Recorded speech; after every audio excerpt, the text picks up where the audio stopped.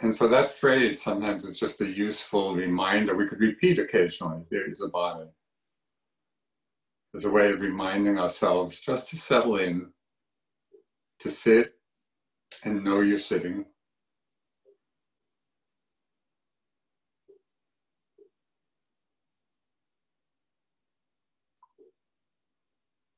And within that framework, there is a body. Become aware of what presents itself. Become aware of what's arising moment after moment.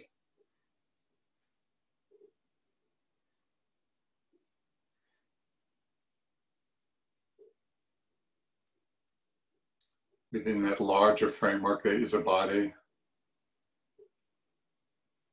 You may become aware of the sensations of the body breathing.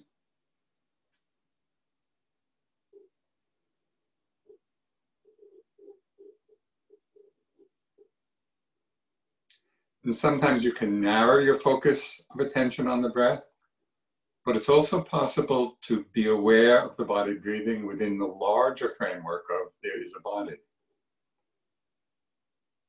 If you haven't practiced in that way, it might be worth experimenting. There is a body, that whole large framework of body awareness, and simply feeling the sensations of the body breathing within that framework.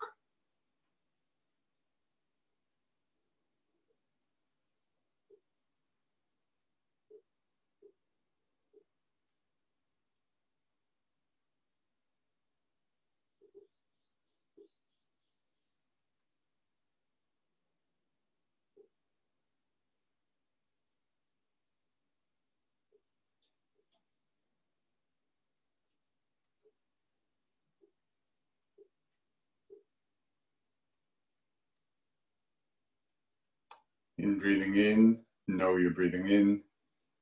In breathing out, know you're breathing out. It's really that simple.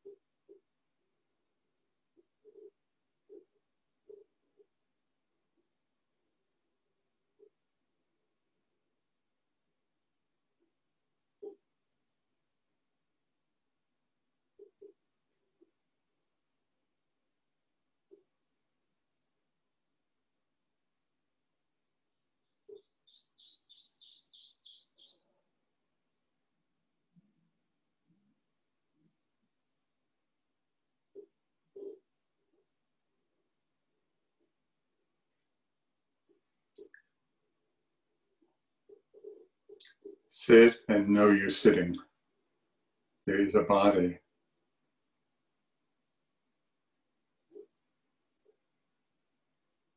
Be aware of what's arising within that framework.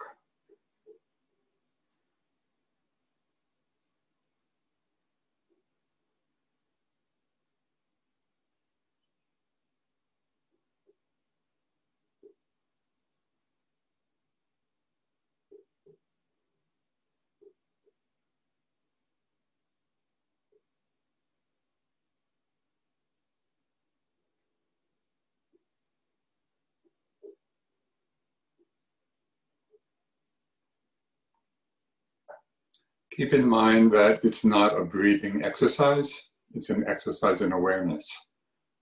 So there's no particular way the breath should be.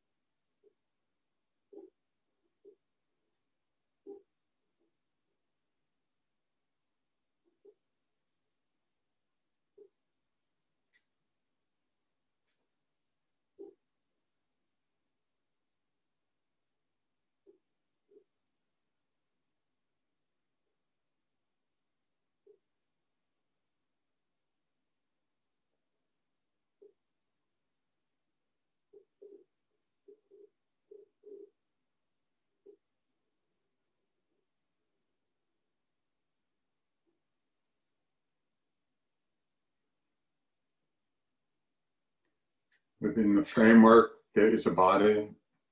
You may become aware of other bodily sensations beside the breath. Open to the feeling of those sensations when they're predominant, when they call your attention. Opening to them, feeling them, noticing how they change, and coming back to rest in the awareness, there's a body.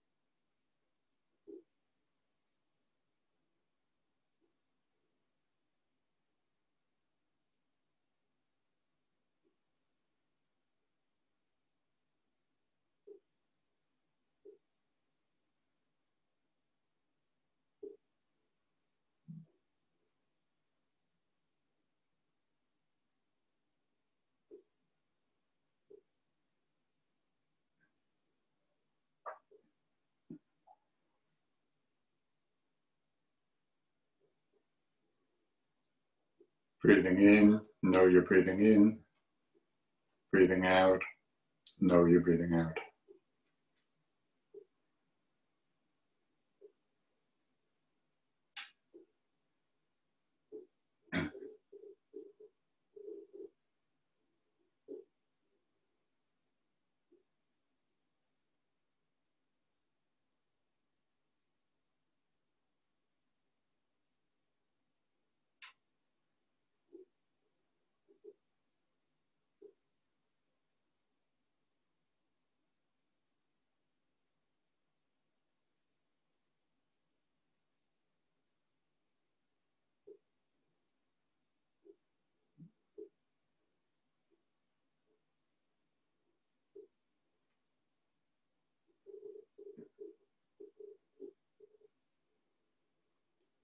Relaxing the eyes, the shoulders, relaxing the heart, the belly.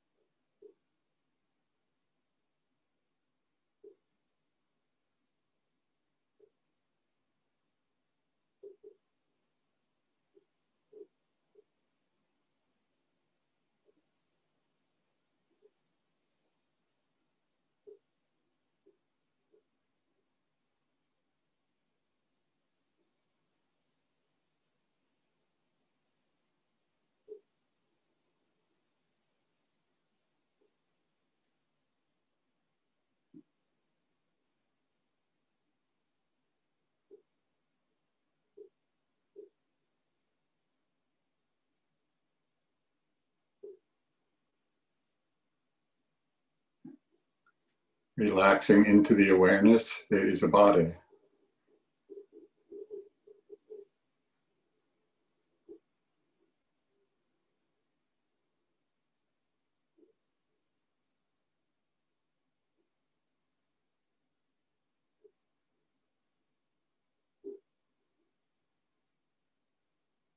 Simply aware of the body breathing, of other sensations.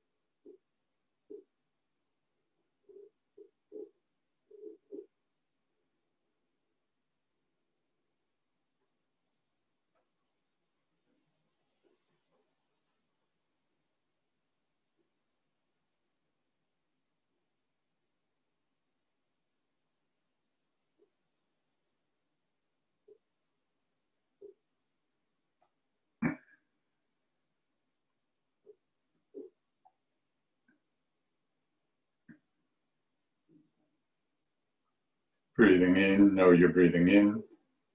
Breathing out, know you're breathing out. You can keep it that simple.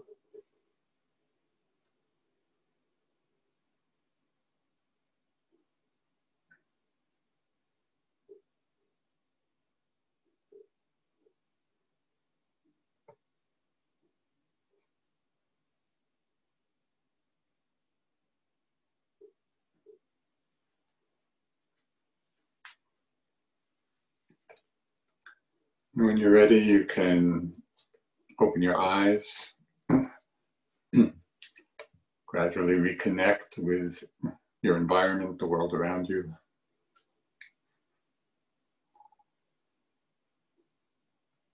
It's great to be here with all of you today, and wanted to thank particularly all the people working at True North.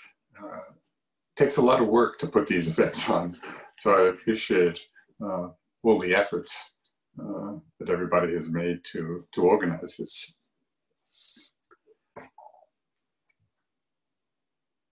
So in the midst of these very challenging and difficult times, I wanted to talk about how mindfulness, how our Dharma practice can help us to find some inner peace, peace within ourselves as we face the challenges, and also how our practice can help us respond to the circumstances that we find ourselves in with greater clarity and with greater equanimity and with greater compassion.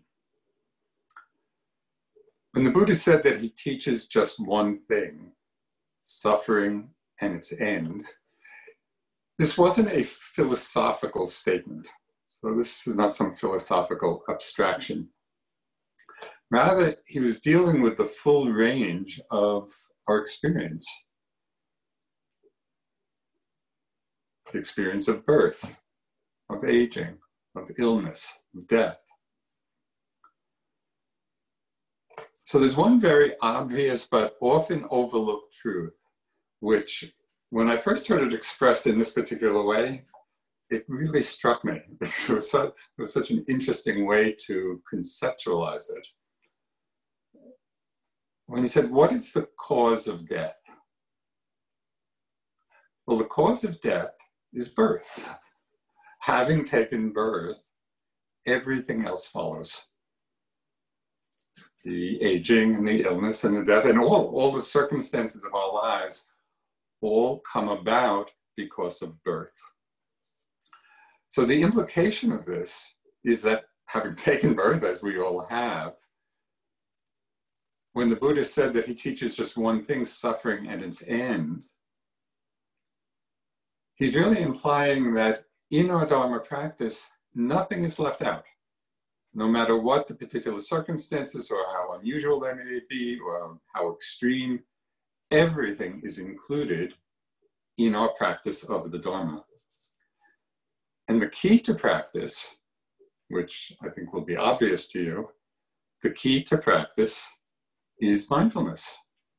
That is, we need to become aware of what's happening within ourselves, within our own bodies and hearts and minds, and also what's happening in the world around us. It's mindfulness which actually connects us to our environment, and all the people we're in relationship with and to society at large.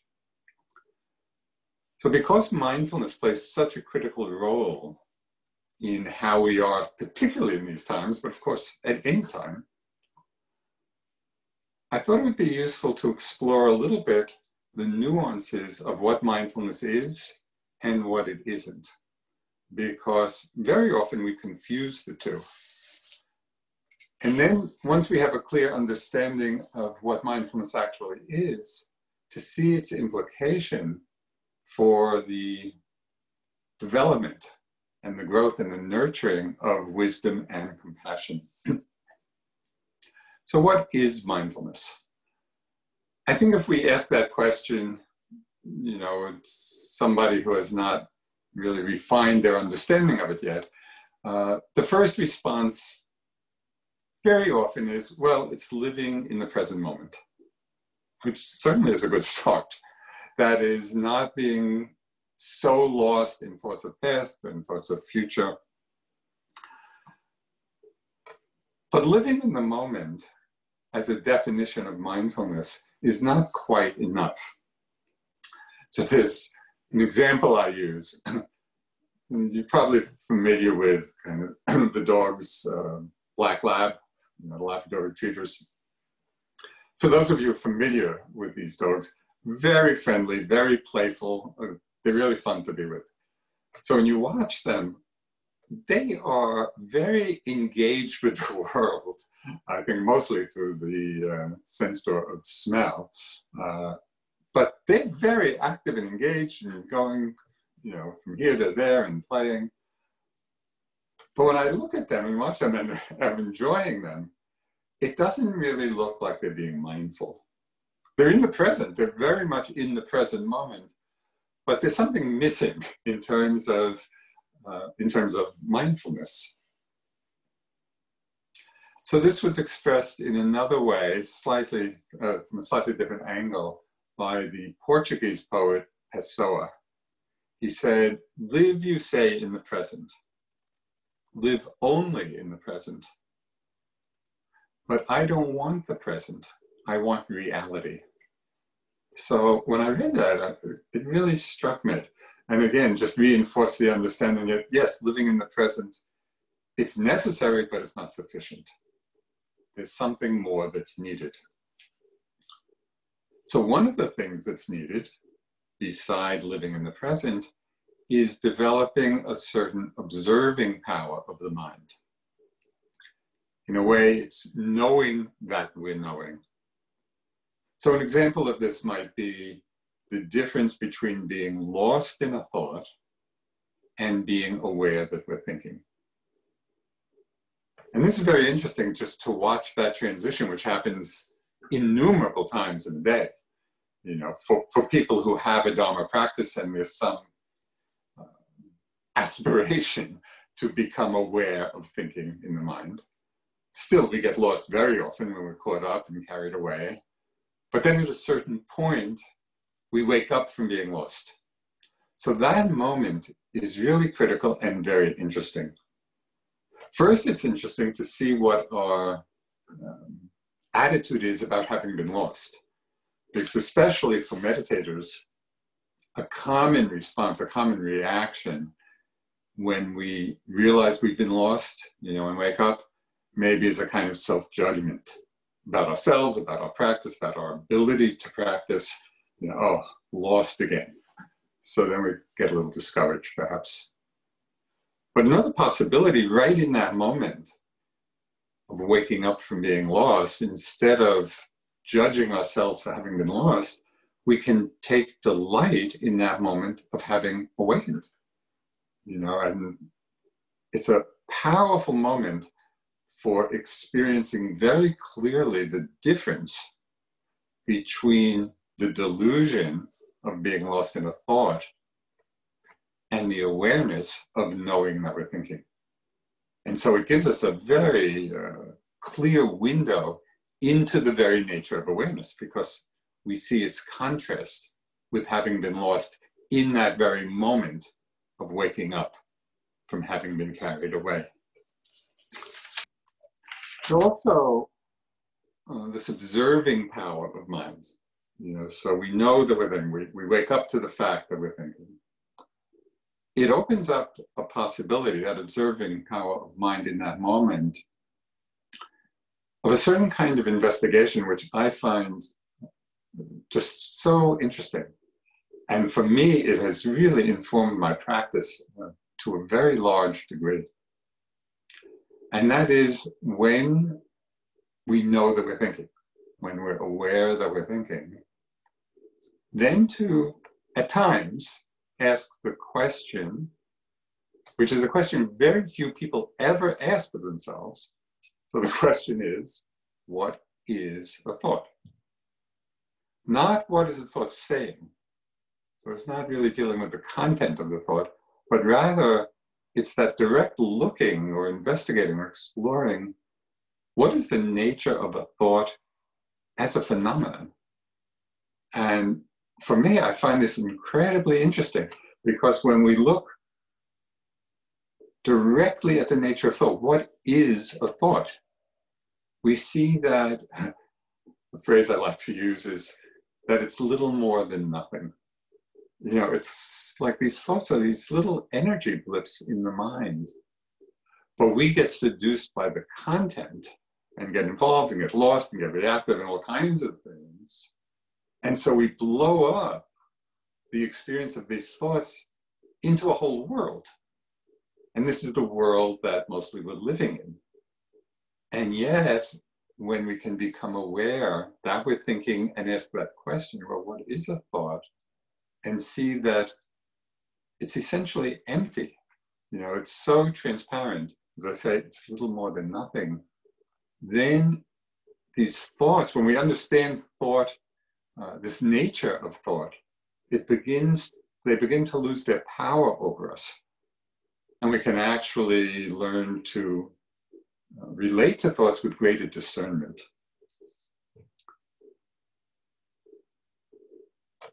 Okay, so this is the observing power of mind.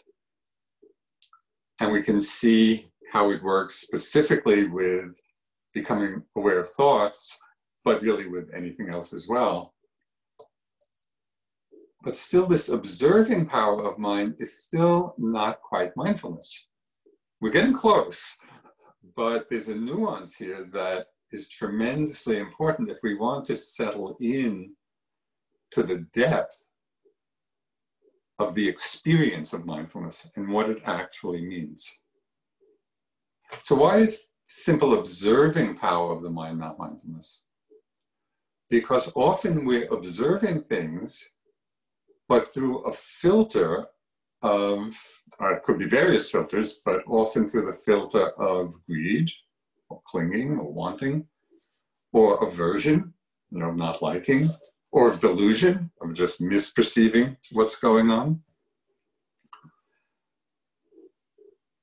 So these filters are very often there in our experience, very often unnoticed.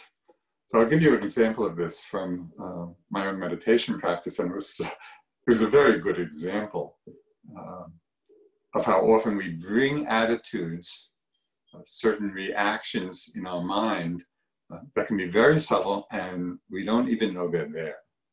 So this happened when I was practicing in Burma. It was many years ago now. I was practicing with Sayadaw U Pandita.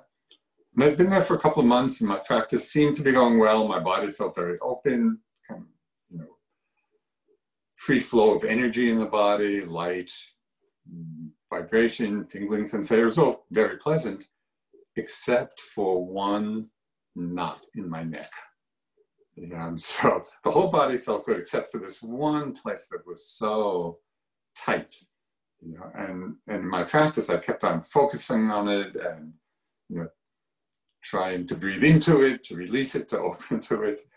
When I went into the practice interview with Sayadaw U Pandita, I was describing my experience, and I described what I just said. You know, the body was really open and things were flowing, but that there was this one block. There was an energy block that was very strong.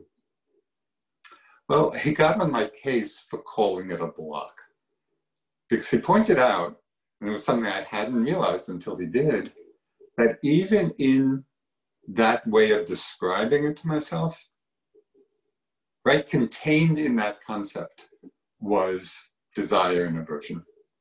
Aversion to the unpleasantness of the sensation, and desire to get rid of it, desire to open it.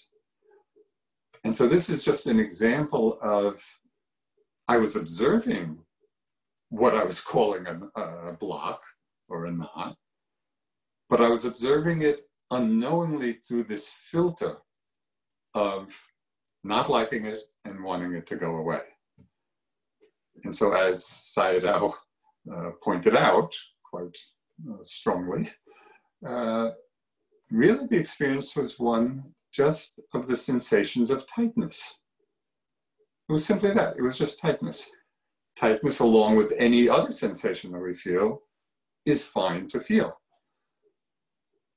So this points to this deepening understanding of what mindfulness is. Because mindfulness is living in the present moment. It is the observing power of mind, but it's a special kind of observing. It's the observing without the filters of wanting or clinging, without the filter of aversion or pushing away, without the filter of delusion.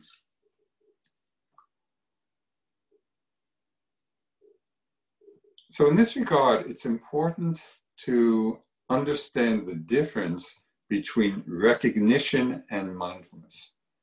Because these are two ideas or two concepts which often get confused, and I confused them myself for a very long time.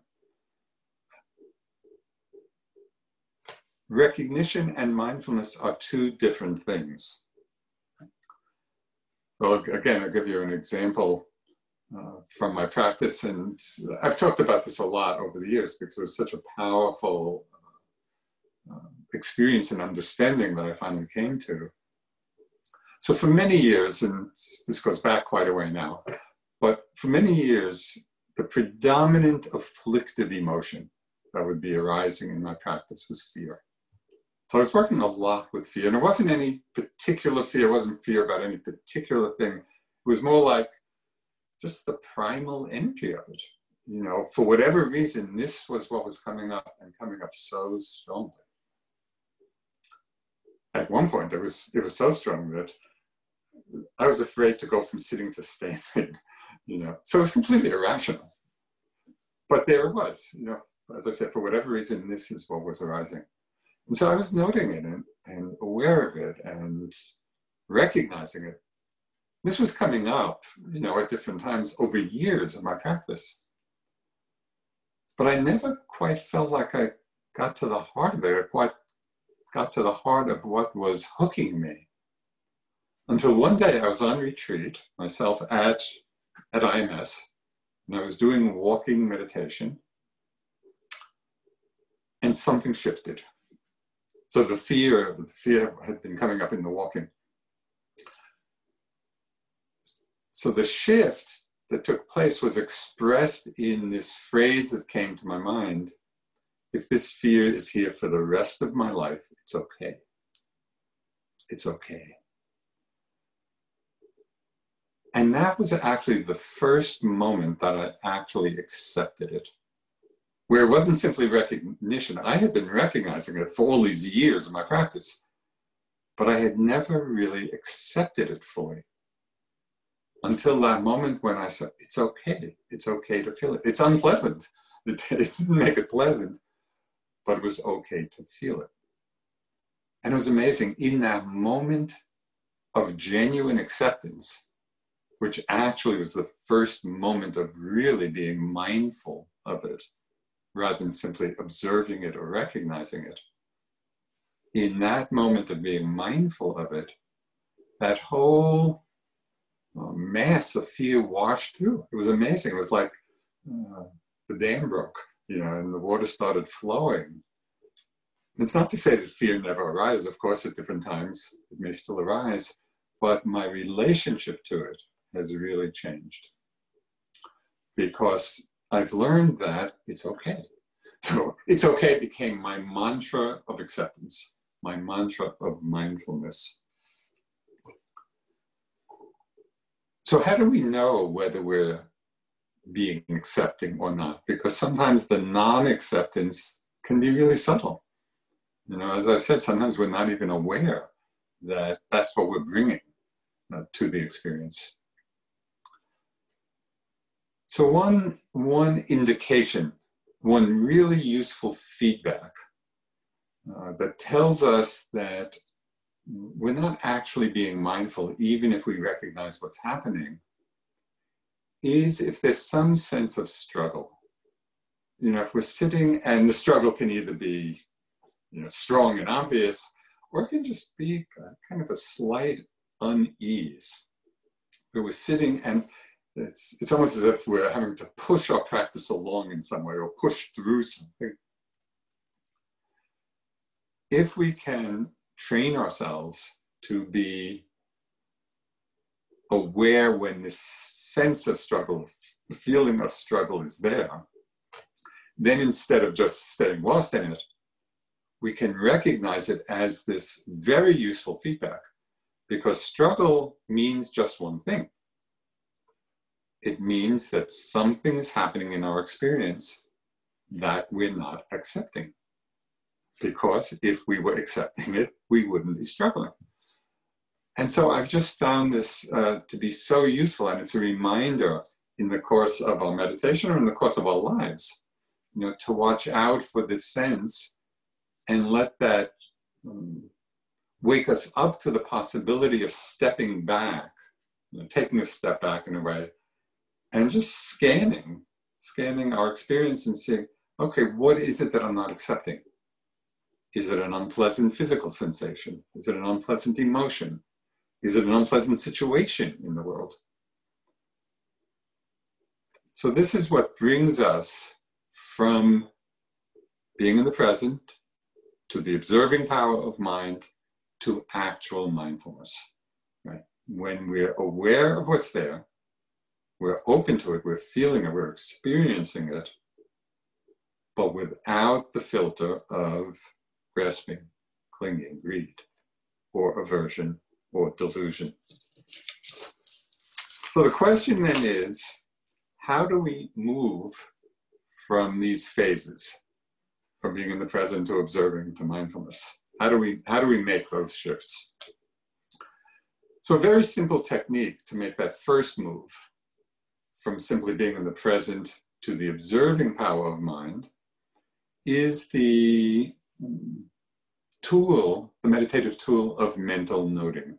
And perhaps some of you are familiar with this and use it in your practice at times.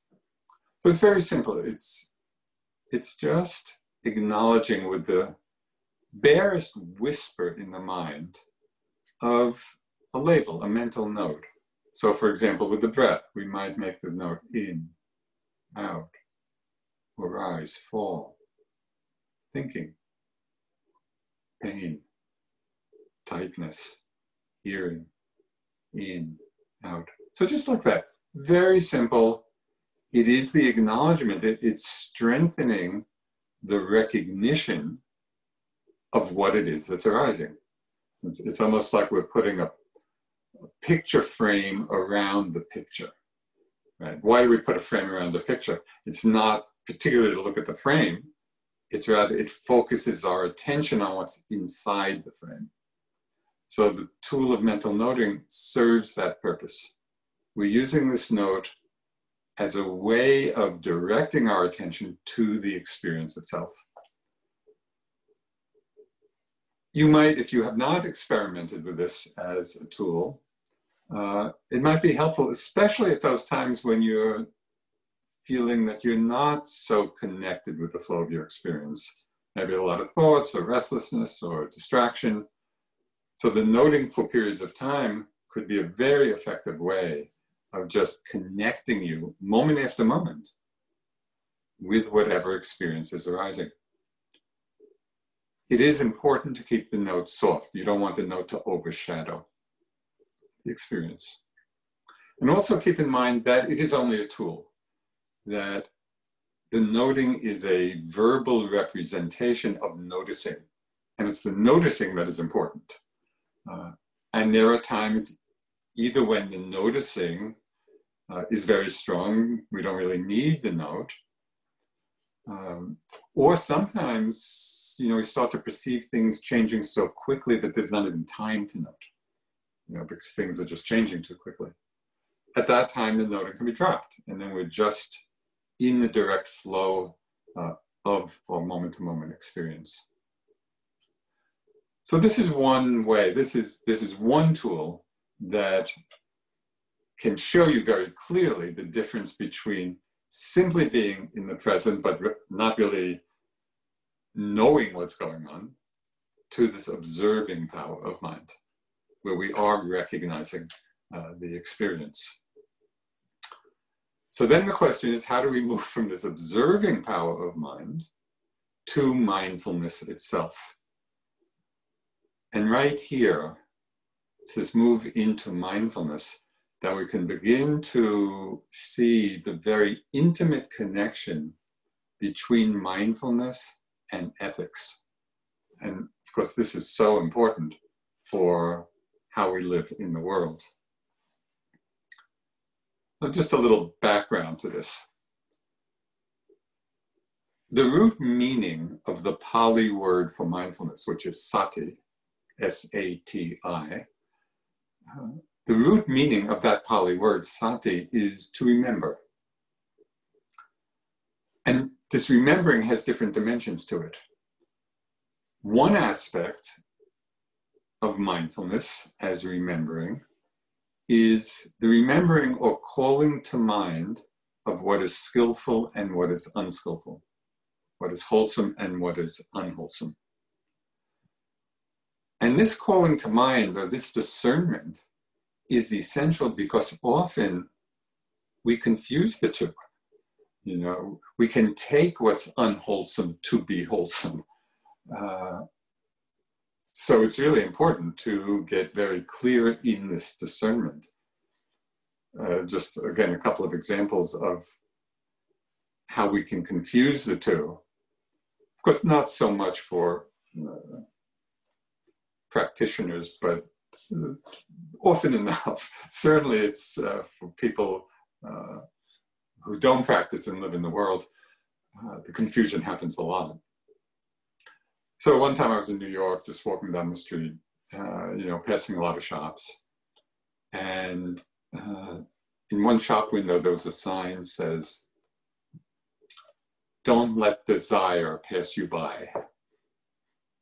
And in another ad once I saw, I forget what it was for. It might have been for the perfume obsession, which is itself an interesting comment on all this. But the tagline was, "Increase your desire." So in both these examples, it is just an example of how, at least in the minds of the people who are framing this, desire is a good thing. Yes, increase it. Don't let it pass you by. Because there has not yet been the discernment that desire and grasping and greed is really an unwholesome state of mind. So we need to make this distinction.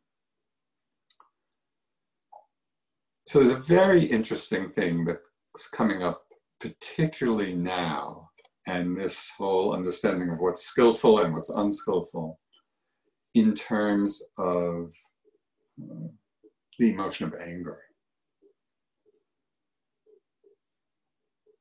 Because especially now when there's so much energy in social protest and the huge energy, against racial injustice, and it's quite amazing what's actually happening in these days, and can see that a lot of the energy, at least to start with, is fueled by anger and maybe frustration and outrage, and so these emotions are really coming up, for many people and quite strongly. Now, it's said that at a certain stage of enlightenment, anger is completely uprooted from the mind. So there's no ground out of which it can arise anymore. But until we're at that point, for most of us, there are different situations when anger is going to come up. And many times, we may know, even as the reaction is happening, this may not be the most skillful thing. But sometimes in the situation I described with what's going on now, it feels understandable, that, yes, in the face of the injustice, and the suffering involved, it seems understandable that people are going to feel angry and outraged by what has been going on. So here I think it's important to understand the possibility that we can be feeling these emotions and experiencing them, and take the message of the emotion. These emotions are arising, in these times, in this situation, because it's a clear signal that something is wrong, something that needs addressing. We need to respond to this. And so the anger, the outrage that we may feel, for example, in seeing that, horrific video,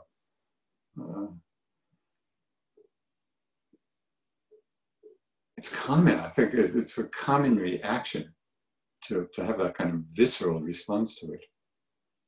And it awakens in us a certain energy to respond. So can we hear the message of these emotions, but then through our practice, learn how to transform that initial motivation, of those emotions into compassion. Because in the long run, the anger will be very hard to sustain over years and years and years as a vehicle for effective response. It burns us up. So we can take the message of it. Something needs to be done here. We're being called to respond, but then transform that initial motivation into compassion for the suffering of everyone involved. And of course, when I think of this move, the person who just comes to mind as this inspiring example of a possibility is His Holiness the Dalai Lama, who has faced and experienced so much suffering in his life, and such the magnitude of it, is just enormous. And yet, through his practice, over many lifetimes, he's the 14th Dalai Lama, so he's had a chance to work on this. His response has been to engage with it. It's not at all indifference or pulling back. It's a full engagement, but coming from that place of compassion. Compassion is what's motivating him.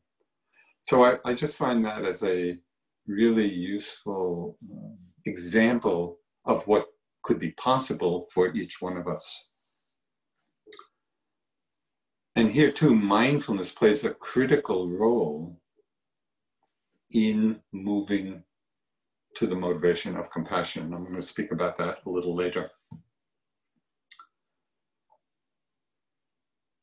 Another meaning of mindfulness as remembering is remembering the present moment, which of course is what we usually think of as what mindfulness is, sati. So it's the remembering or the connecting with whatever is arising, in our minds, in our bodies, in the world outside, what is arising in the present moment. So that's a very specific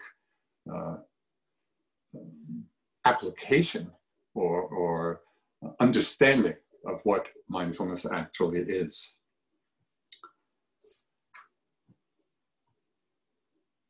Mindfulness provides us with a pivotal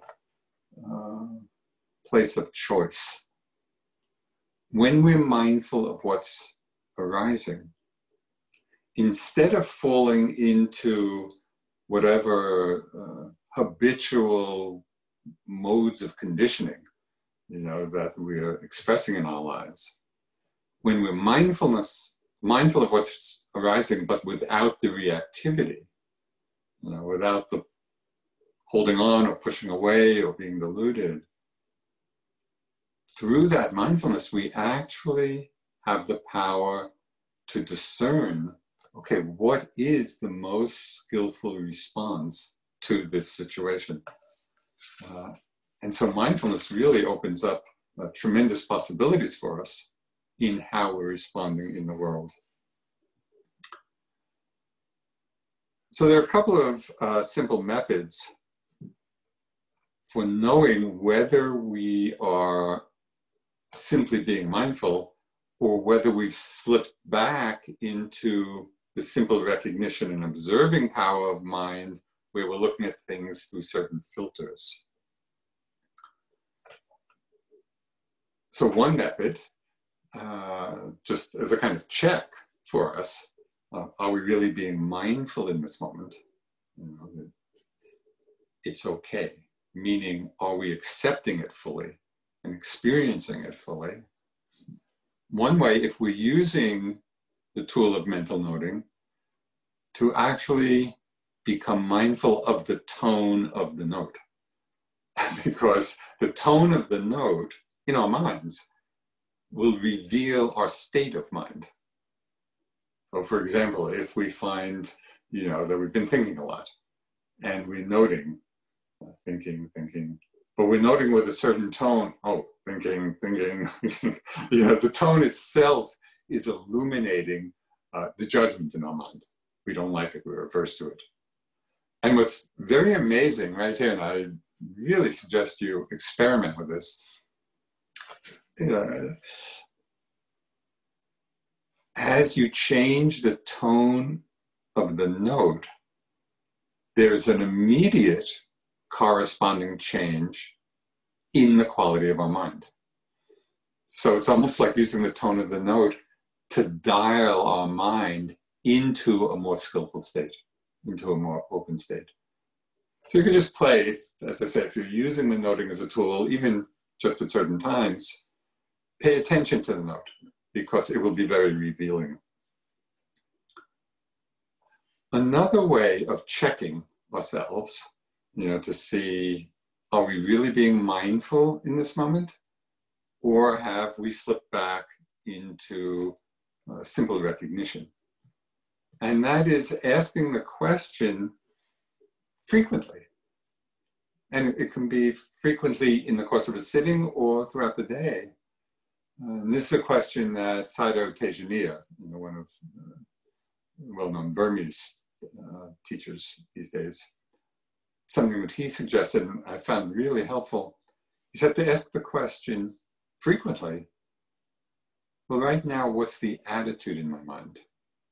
So we may be sitting and with our flow of experience, and we just drop in the question, okay, what's the attitude in the mind?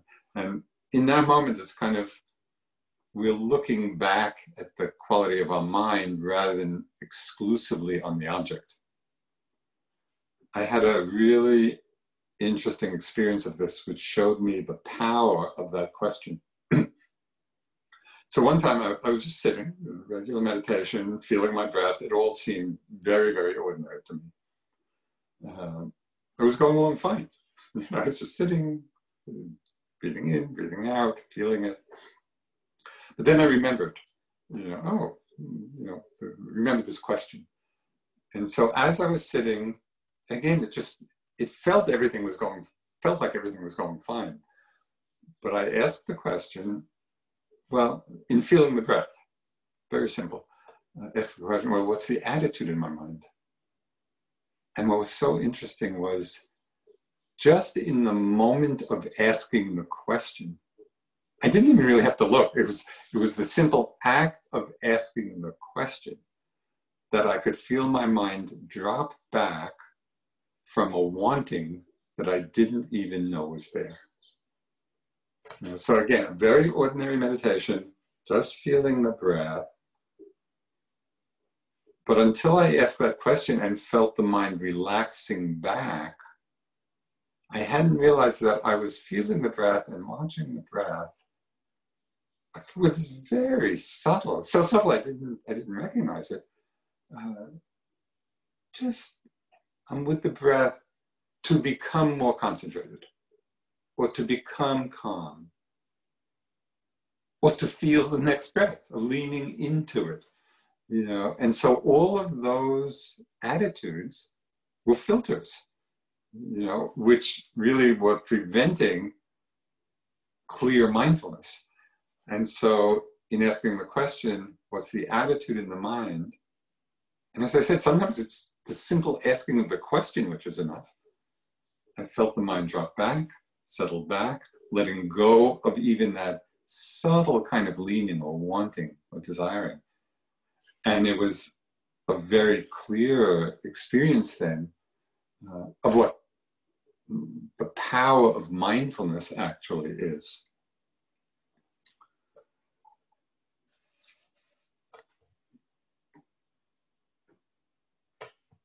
So as we develop mindfulness, in this very clear way, and accepting with clarity what it is that's arising,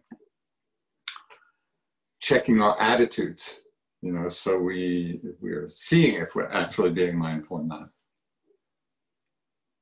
In the course of our practice, we begin to understand more deeply that as powerful as mindfulness is, it's not an end in itself. Mindfulness is a methodology really for investigation. And there's an intimate connection between mindfulness, wisdom, and compassion. It's through being mindful that we actually begin to see more and more clearly that everything's changing. It's very hard to miss that if we are actually in the moment observing and being mindful. We see that whatever has the nature to arise will also pass away. So this is a very obvious truth, although what's interesting is that most of us know it perfectly well conceptually, right? In fact, most people in the world, you go up to them and you say, do things change? Well, everybody, or almost everybody would say, of course, things change. So we know it. It's not an esoteric truth.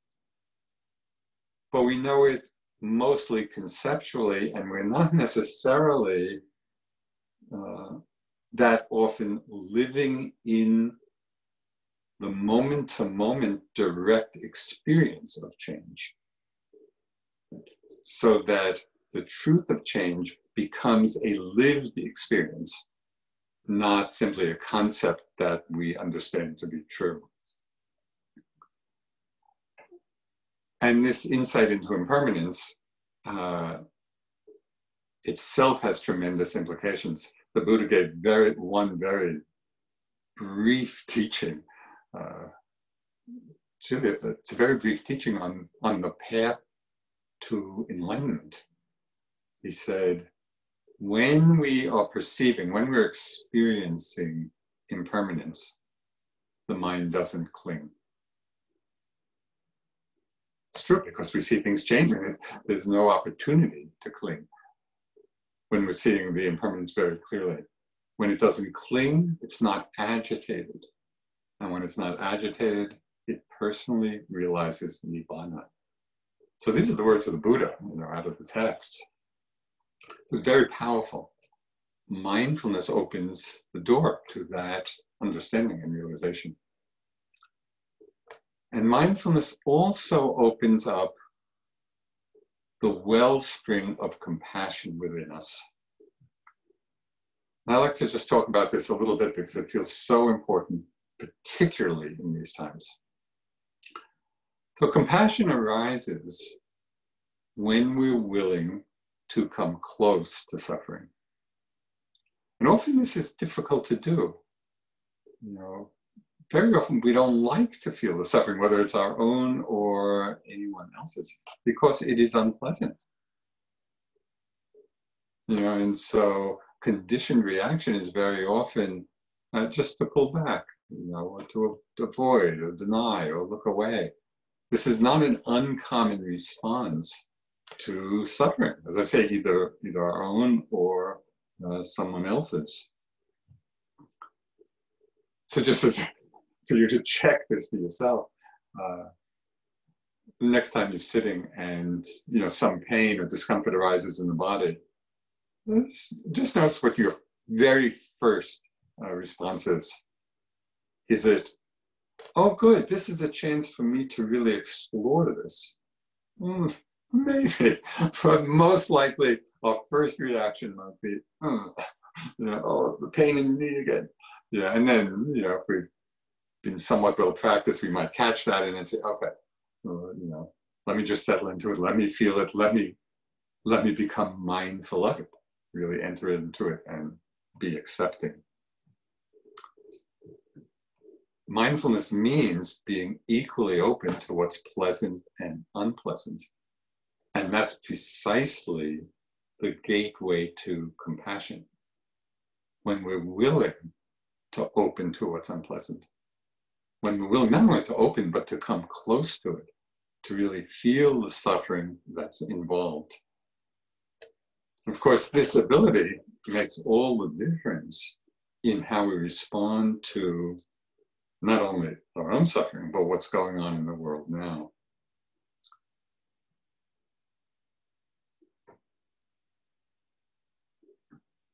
So just as an experiment, watch your reactions, whether it's in meditation or to different situations in your lives and in the world.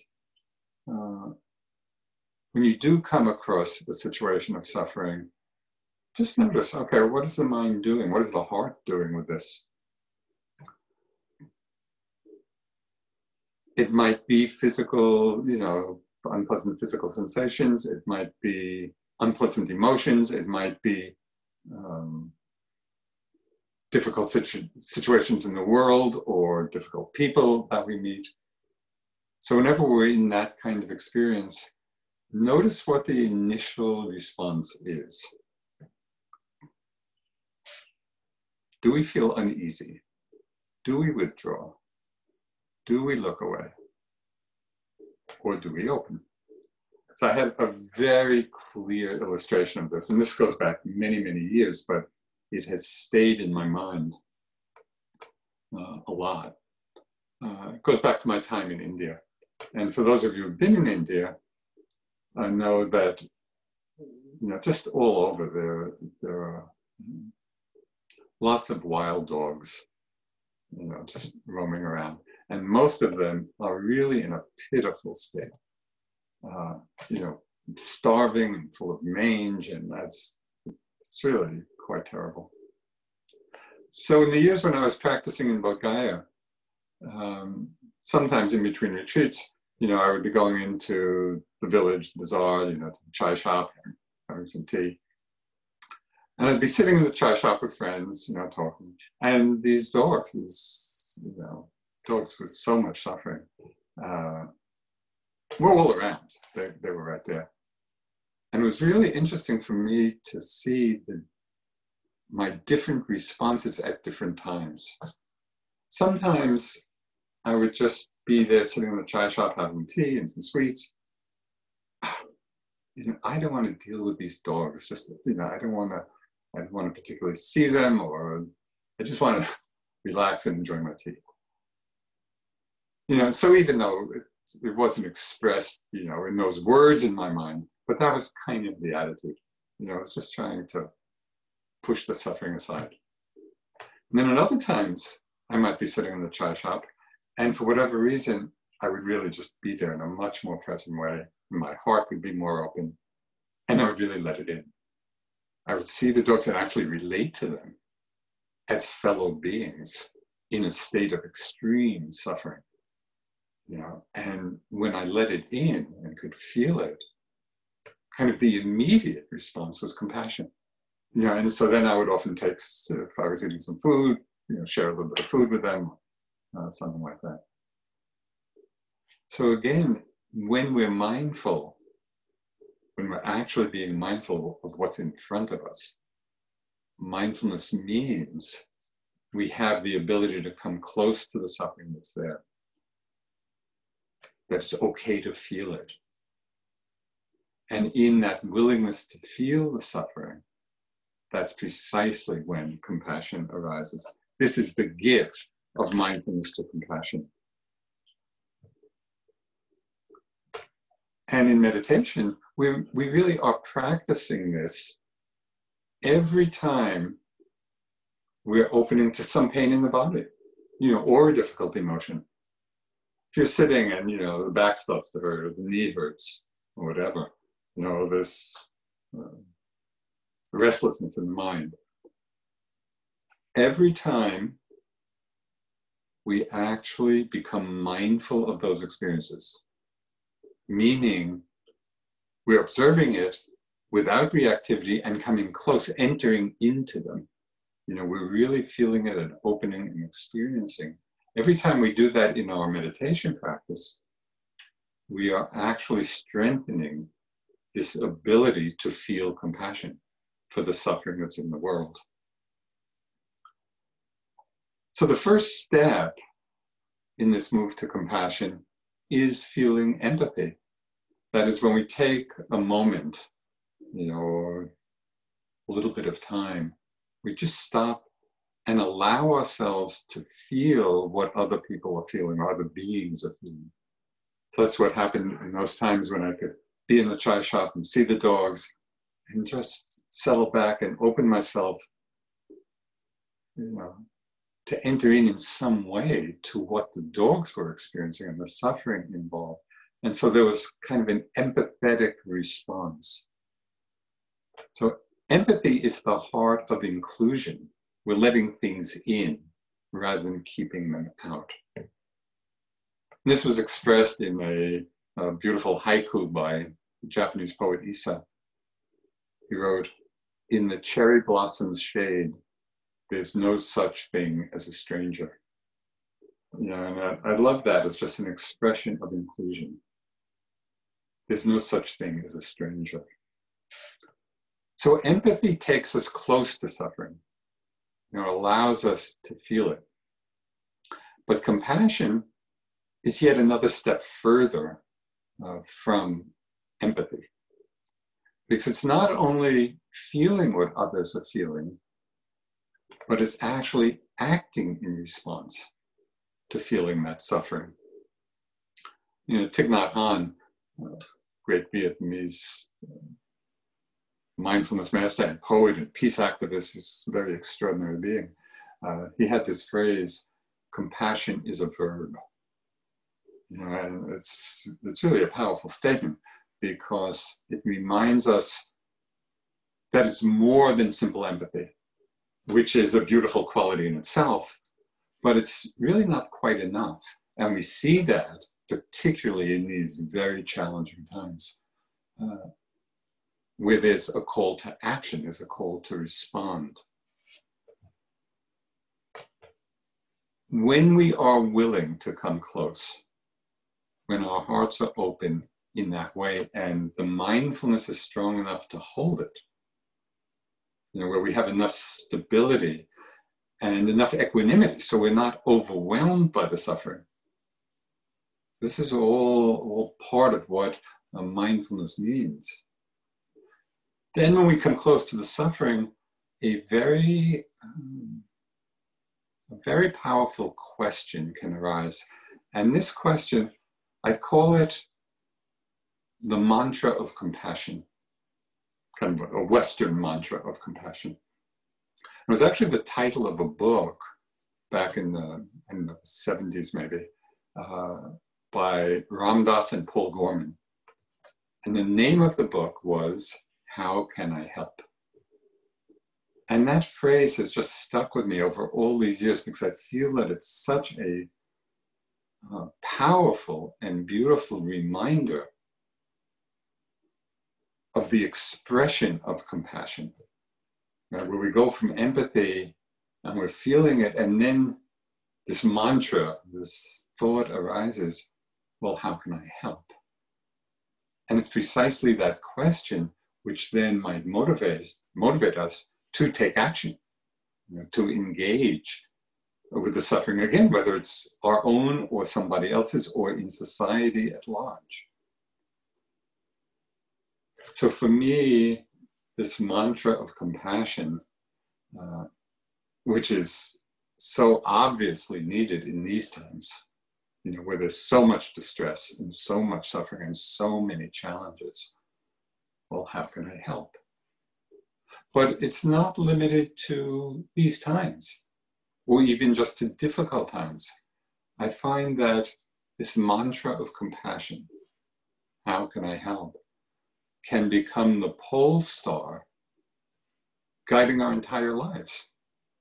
And just think how beautiful it would be to go through life meeting every person, that we connect with, every situation that we're in. How beautiful it would be just to have this as part of our being, part of our natural responsiveness in all the circumstances of our lives. This great mantra of compassion. How can I help? So I hope this has given at least a broad overview of what mindfulness is, and as I said, what it isn't. You know, how we have to go from being present to observing to actual mindfulness, and then how mindfulness opens us to wisdom and to compassion. So this is the beauty and the power of our practice. Thank you. Thank you for your attention. Let's just sit for maybe a minute or two, let all the words settle, let our energy settle.